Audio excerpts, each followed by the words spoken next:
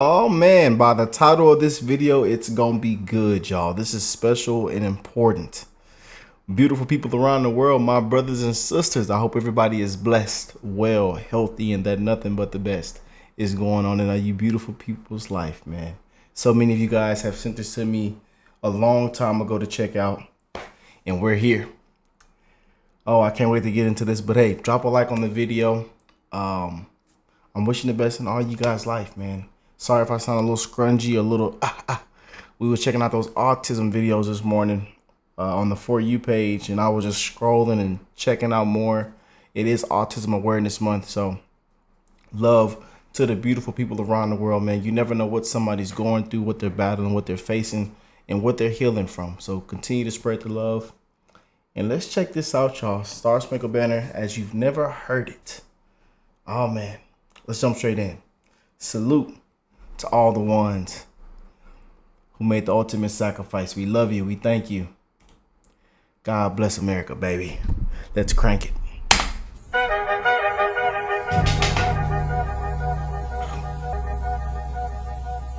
There was a lawyer once. His name was Francis Scott Key.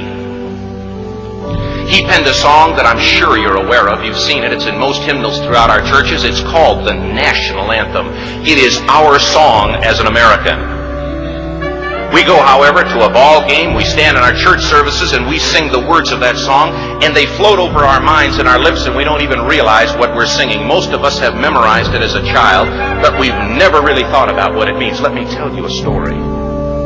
Francis Scott Key was a lawyer in Baltimore. The colonies were engaged in vicious conflict with the mother country, Britain. Because of this conflict and the protractedness of it, they had accumulated prisoners on both sides. The American colonies had prisoners and the British had prisoners. And the American government initiated a move. They went to the British and they said, let us negotiate for the release of these prisoners. They said, we want to send a man out to discuss this with you. They were holding the American prisoners in boats about 1,000 yards offshore. And they said, we want to send a man by the name of Francis Scott Key. He will come out and negotiate to see if we can make a mutual exchange. On the appointed day, in a rowboat, he went out to this boat and he negotiated with the British officials. And they reached a conclusion that men could be exchanged on a one-for-one basis. Francis Scott Key, jubilant with the fact that he'd been successful, went down below in the boats, and what he found was a cargo hold full of humanity, men. And he said, men, I've got news for you tonight. You're free. He said, tonight I have negotiated successfully your return to the colonies. He said, you'll be taken out of this boat, out of this filth, out of your chains. As he went back up on board to arrange for their passage to the shore, the admiral came and he said, we have a slight problem. He said, we will still honor our commitment to release these men, but it'll be merely academic after tonight. It won't matter. And Francis Scott Key said, what do you mean? He said, well, Mr. Key, he said, tonight we have laid an ultimatum upon the colonies. Your people will either capitulate and lay down the colors of that flag that you think so much of, or you see that fort right over there, Fort Henry? He said, we're going to remove it from the face of the earth. He said, how are you going to do that? He said, if you will, scan the horizon of the sea. And as he looked, he could see hundreds of little dots. And he said, that's the entire British war fleet. He said, all of the gunpowder, all of the armament is being called upon to demolish that fort. It will be here within striking distance in a matter of about 2.5 hours. He said, the war is over. These men would be free anyway. He said, you can't shell that fort. He said, that's a large fort. He said, it's full of women and children. He says, it's predominantly not a military fort. They said, don't worry about it. They said, we've left them a way out. And he said, what's that? He said, do you see that flag way up on the rampart? He said, we have told them that if they will lower that flag, the shelling will stop immediately. And we'll know that they've surrendered, and you'll now be under British rule. Francis Scott Key went down below and told the men what was about to happen. And they said, how many ships? He said, hundreds. The ships got closer. Francis Scott Key went back up on top and he said, "Men, I'll shout down to you what's going on as we watch." As twilight began to fall, and as the haze hung over the ocean as it does at sunset, suddenly the British war fleet unleashed. He says the sound was deafening. There were so many guns that there were no reliefs. He said it was absolutely impossible to talk or hear. He said suddenly the sky, although dark, was suddenly lit. And he says from down below, all he could hear the men, the prisoners, saying was, "Tell us where the flag is. What have they done with the flag? Is the flag still flying over the rampart? Tell us." 1 hour, 2 hours, 3 hours into the shelling,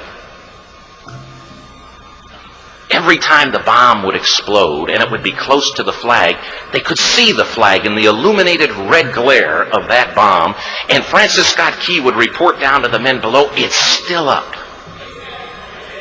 It's not down." The admiral came and he said, "Your people are insane." He said, "What's the matter with them?" He said, "Don't they understand this is an impossible situation?" Francis Scott Key said he remembered what George Washington had said. He said the thing that sets the American Christian apart from all other people in the world is he will die on his feet before he'll live on his knees. The admiral said, "We have now instructed all of the guns to focus on the rampart to take that flag down." He said, "We don't understand something. Our reconnaissance tells us that that flag has been hit directly again and again and again, and yet it's still flying. We don't understand that." But he said, "Now we're about to bring every gun for the next 3 hours to bear on that point." Francis Scott Key said the barrage was unmerciful. All that he could hear was the men down below praying. The prayer, "God, keep that flag flying where we last saw it." Sunrise came. Man. He said there was a heavy mist hanging over the land, but the rampart was tall enough. There stood the flag, completely nondescript, in shreds. The flagpole itself was at a crazy angle, but the flag was still at the top. Francis Scott Key went aboard and immediately went into Fort Henry to see what had happened. And what he'd found had happened was that that flagpole and that flag had suffered repetitious direct hits. And when hit had fallen, but men, fathers, who knew what it meant for that flag to be on the ground,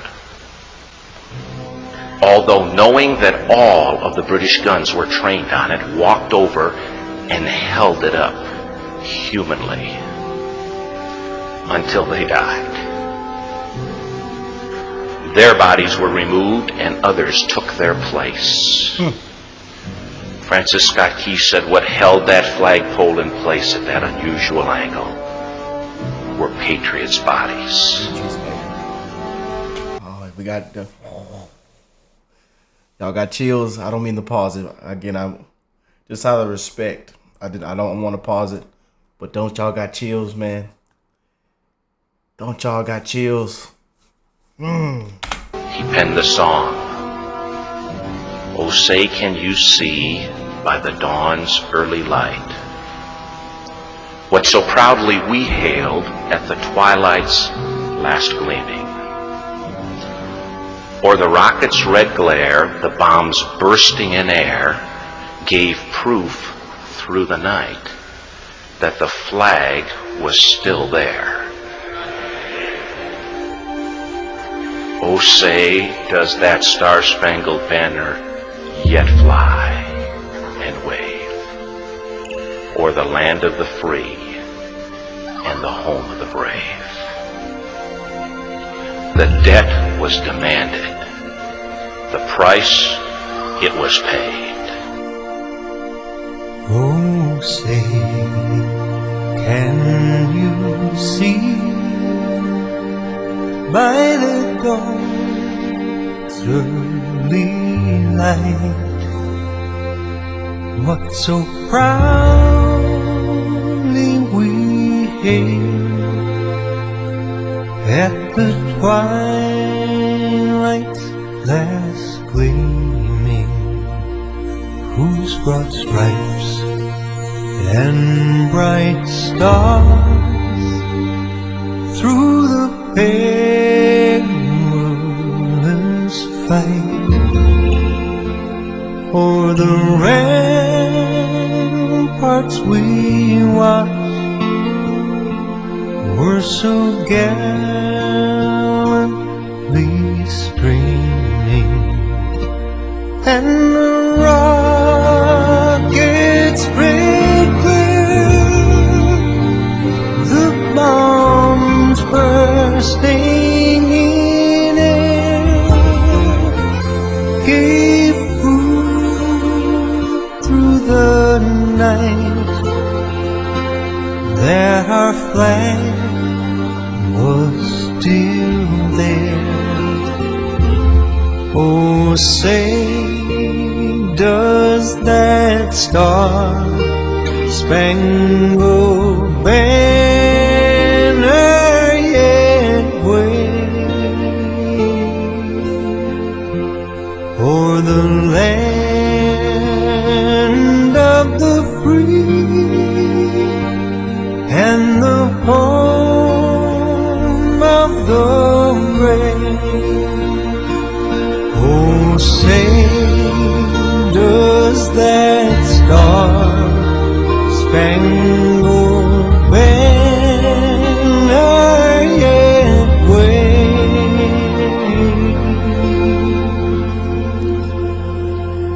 o'er the land of the free and the home of the brave?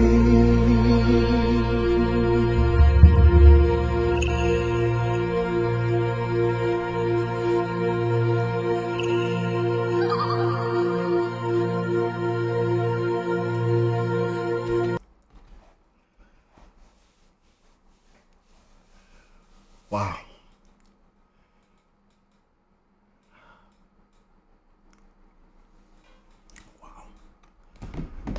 Man, I love you guys, man. God bless all you beautiful people around the world. God bless America.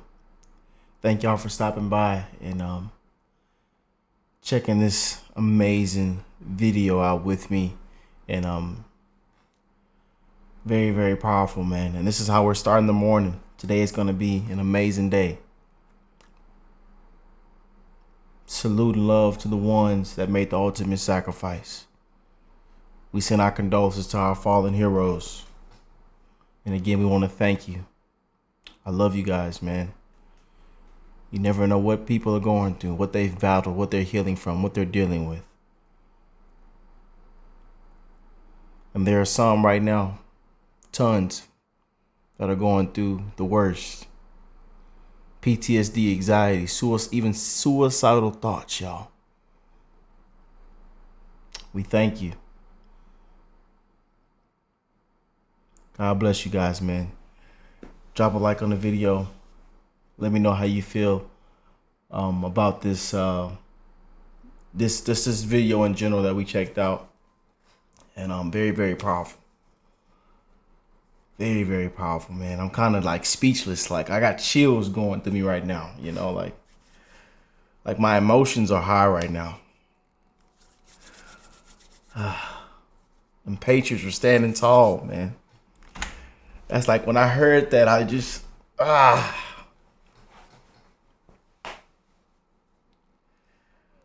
love you guys, man. God is love. Y'all keep spreading that love, man. Be kind, care for one another. And I will catch you beautiful people in the next one. Peace and love, y'all.